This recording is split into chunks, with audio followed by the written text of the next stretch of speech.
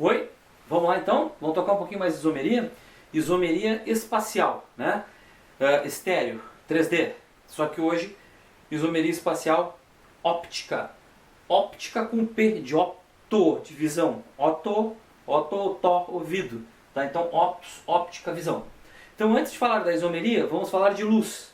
Porque é necessário entender melhor o lance da luz, fisicamente falando. Tá? Então, vamos lá. A luz pode ter duas classificações fundamentais que vocês já viram lá nas aulas de física, né? Então, primeiro, ela pode ser monocromática ou policromática.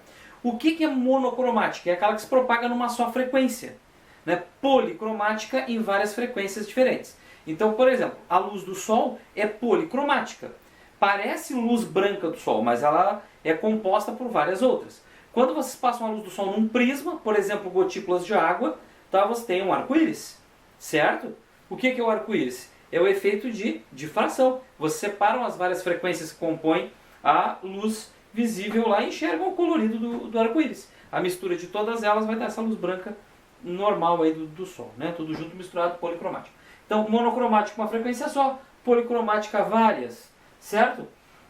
Depois tem uma questão de polarização. A luz do Sol ela é despolarizada. Então, quando ela está se propagando no eixo, tá certo? Ao redor desse eixo, vocês vão ter vários planos, infinitos planos. Então, se ela se propaga num eixo, o plano pode ser vertical, pode ser horizontal e pode ter todas as infinitas inclinações possíveis ao redor desse eixo. Isso é uma luz despolarizada. Se ela passar num cristal, por exemplo, de espato da Islândia, que é um cristal natural que tem essa capacidade, ela vai ser polarizada. O que é polarização? Ela vai passar apenas em um plano de propagação, certo? Tudo que nós falamos de luz a partir de agora é de uma luz monocromática, tem uma frequência específica, e de uma luz polarizada, se propaga num só plano. Nas aulas de física e de ensino médio, quando você estuda aquela onda, né, a respeito de luz, de frequências, comprimentos de onda, etc., vocês estão estudando luzes monocromáticas e polarizadas, tá certo? Via de regra polarizadas, porque vocês estudam só aquele plano de propagação. Ok? Então, é a partir dessa ideia de luz monocromática polarizada que nós vamos falar de isomeria óptica. Tá bem? Bom, existe uma capacidade em algumas moléculas chamada de atividade óptica. A atividade óptica é a capacidade de rotacionar esse plano de propagação da luz polarizada. Então vamos estudar algumas coisas. Primeiro, existe uma coisa chamada difração, certo? Tu joga uma luz que tem várias frequências, é policromática, ela passa num prisma e difrata, separa as frequências. Uma para cada lado. Difratou, separou frequências. Aí vocês vão pegar uma frequência só, que é monocromática. Essa frequência monocromática vai ser despolarizada. Ela vai se propagar em todos os planos possíveis ao redor daquele eixo de propagação. Quando ela passa pelo cristal polarizador, ela fica polarizada. Ela se propaga num só plano. Tem um aparelho que faz isso chamado polarímetro. Aí você pega um tubinho, bota naquele tubinho a amostra da substância que vocês querem estudar, pode estar dissolvida, inclusive botar ela no solvente, vocês botam lá e esse feixe de luz monocromático polarizado vai passar pelo tubo. E aí ele vai sofrer um fenômeno, né, chamado refração. Esse você conhece das aulas de física também. É aquela história da colher parecer que está torta dentro do copo com água, da lança lá do índio que está pescando, tem que ser jogado um pouco para o lado para dar o desconto, porque esse efeito distorce a imagem e o peixe está mais para o lado do que deveria, né? Isso é outra coisa, é refração. O que nós vamos falar agora é atividade óptica. Atividade óptica não é assim, ó, o plano de propagação da luz vem e sofre um desvio assim. Não é isso. Alguns professores de química pensam assim e pensam errado. A gente está falando que o feixe vem assim, ó, por exemplo, vertical, e ele vai sofrer um giro nesse eixo. Assim ou assim. Pegou? Ele está indo aqui, ele não vai sofrer isso. Ele vai sofrer isso ou isso. Tá? Isso é atividade óptica. Bom, quando você tem moléculas iguais, quase iguais, você pode ter atividades ópticas diferentes. E aí, se for um isômero destrógeno, o ângulo de propagação vai ser mudado para esse plano no sentido horário. Então, se vocês olharem de frente, ele vem reto e vai sofrer um giro no sentido horário. Por isso, destrógeno, direita. Se a inclinação for para a direita, vocês vão ter um destrógeno. Para a esquerda, o contrário, um levógiro. Então cuidado para não pensar, né, em refração, ao invés de pensar em atividade óptica. Vamos enxergar mais a coisa física. Ok? Tá? Então essas moléculas foram imaginadas primariamente como as mãos, do grego kyros. Façam uma experiência em casa. Peguem a mão direita de vocês e coloquem no espelho. Olhem para a imagem de vocês no espelho. A imagem de vocês no espelho é invertida. Lembram disso das aulas de física também? Vocês vão ter a mão esquerda do espelho. Então, eu boto a minha mão direita, mas é a mão esquerda daquele cara no espelho. Aquele cara sou eu virado, né? E isso são enantiômeros. São moléculas quirais. Kyros é mão em grego, que nem quiropraxia e tal. Então, kyros são que nem as mãos. Elas não são iguais, elas são antípodas, pés contrários, elas são antípodas ópticas. A mão esquerda e a direita elas se complementam.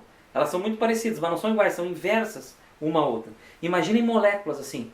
Seria como procurar o pé direito e o pé esquerdo de um chinelo, só que a nível molecular. É muito difícil diferenciar uma da outra. E nós vamos diferenciar com o aparelho, com o polarímetro.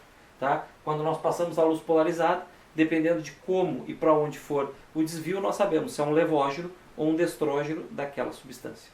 Maluco, né? A gente só consegue diferenciar destrógeno e levógeno, gente, na prática, usando um polarímetro. Na teoria não tem como saber quem é o destrógeno e quem é o levógeno.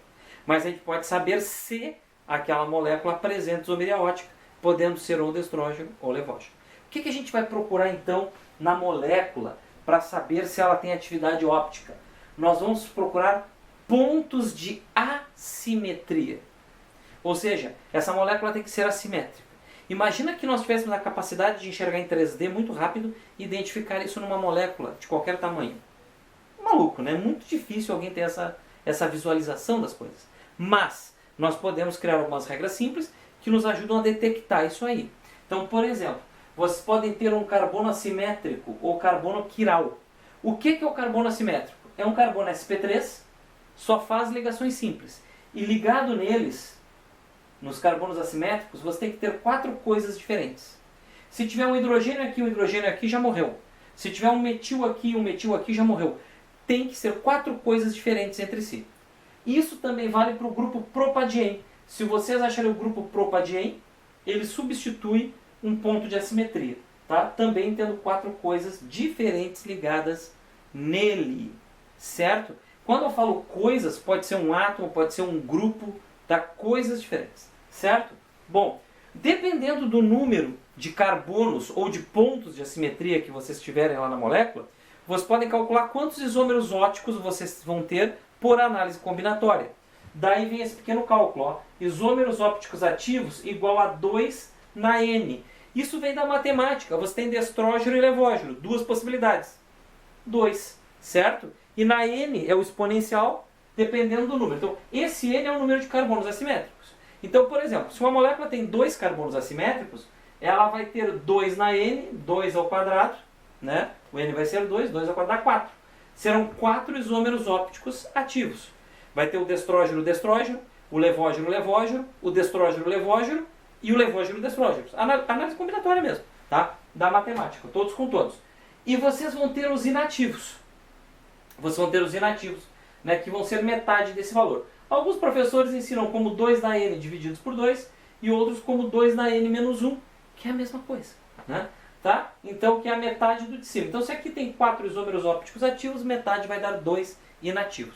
O que são os inativos? Bom, tem 2 maneiras de algo ser inativo opticamente. A primeira é ter uma mistura balanceada de destrógeno e levógeno da mesma substância. Tá? É possível. Tá? Eu tenho 1000 moléculas daquele tipo de substância, por exemplo, sacarose, açúcar comum. 500 moléculas são destrógenos, 500 outras são levógenos. Um grupo anula o efeito da outra de mexer com a luz polarizada e a luz entra no tubo ali que tem uma solução de açúcar e sai do outro lado, sem desvio. Tá? Porque um anula o efeito do outro a nível de moléculas separadas. Tá? Isso é chamado de racêmico. Tá? O isômero óptico inativo por mistura é racêmico, racemato ou mistura racêmica. Isso é para dar vocabulário para vocês. Tá? Os isômeros ópticos inativos dentro da molécula são chamados de meso. Meso ou meso. São moléculas que têm 2 carbonos assimétricos vicinais Vicinal significa vizinho, que possuem os mesmos ligantes. Tá? A gente vai ver isso depois numa outra aula por escrito como exemplo. Eu vou fazer uma tabelinha de análise combinatória para vocês entenderem matematicamente como isso funciona. Que eu acho que os livros falam muito, como eu estou falando agora, mas não matematizam uma coisa com lógica para que vocês enxerguem direitinho. Esses isômeros vão ter combinações de enantiômeros e diasterômeros, ou diasteroisômeros. Olha que nomes bonitos. Se vocês acharem as seguintes palavras: enantiômero, enantiomorfo, vem de enantio, que é espelho.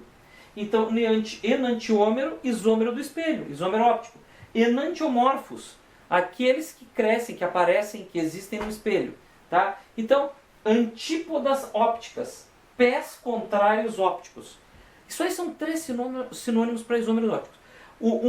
Um destrógeno e um levógeno pode ser enantiômero um do outro, enantiomorfo um do outro, antípoda óptica um do outro. Tanto faz. Tá? Isômeros quirais, mesma coisa. Quiros, já falei para vocês, o grego mão. Tudo isso aqui é sinônimo de isômero espacial óptico. Enantiômero, enantiomorfo, antípoda óptica, isômero quiral. Diástero, isômero, diástero é diferente. Eles são isômeros ópticos entre si. Eles são casos de isomeria óptica, espacial óptica entre si. Porém, um não é exatamente a imagem do outro no espelho. Alguns autores colocam cis e trans nesses grupos também, porque eles são isômeros espaciais, porém não são enantiômeros. Tá? Então, quando fala de diasteroisômeros, a gente pode jogar um pouquinho da cis-trans junto, tá? Em termos de palavreado. Mas, na verdade, essa palavra é oriunda dos isômeros ópticos, que não são exatamente um a imagem do outro no espelho. Tá? Falaremos também disso aqui na próxima, com exemplo matematizado para a gente enxergar melhor. Ok? Bom, e falei dos inativos, racêmico e mesmo, e o polarímetro. Né? Esse aparelho polarímetro é o que tem o cristalzinho que consegue polarizar a luz, que é monocromática, que vai permitir que a gente separe um do outro. Isomeria ótica difícil, a gente vai ter que procurar isomeria ótica em moléculas abertas, em moléculas fechadas, procurando carbono assimétrico, procurando o grupo propadiene. Tá certo? Então a próxima aula que a gente vai fazer vai ter exemplos disso aí para a gente conseguir mastigar e enxergar melhor isomeria ótica, que é um assunto muito interessante, muito bacana. Muitas doenças estão associadas a problemas de isomeria ótica. Os alfa-aminoácidos são casos clássicos de isômeros ópticos. Tá? Tem muita isomeria ótica em termos de proteínas. Tá? E isso é bastante bacana de estudar, mexe muito com a coisa chamada vida. Tá bem? Então até a próxima aula, depois a gente fala disso.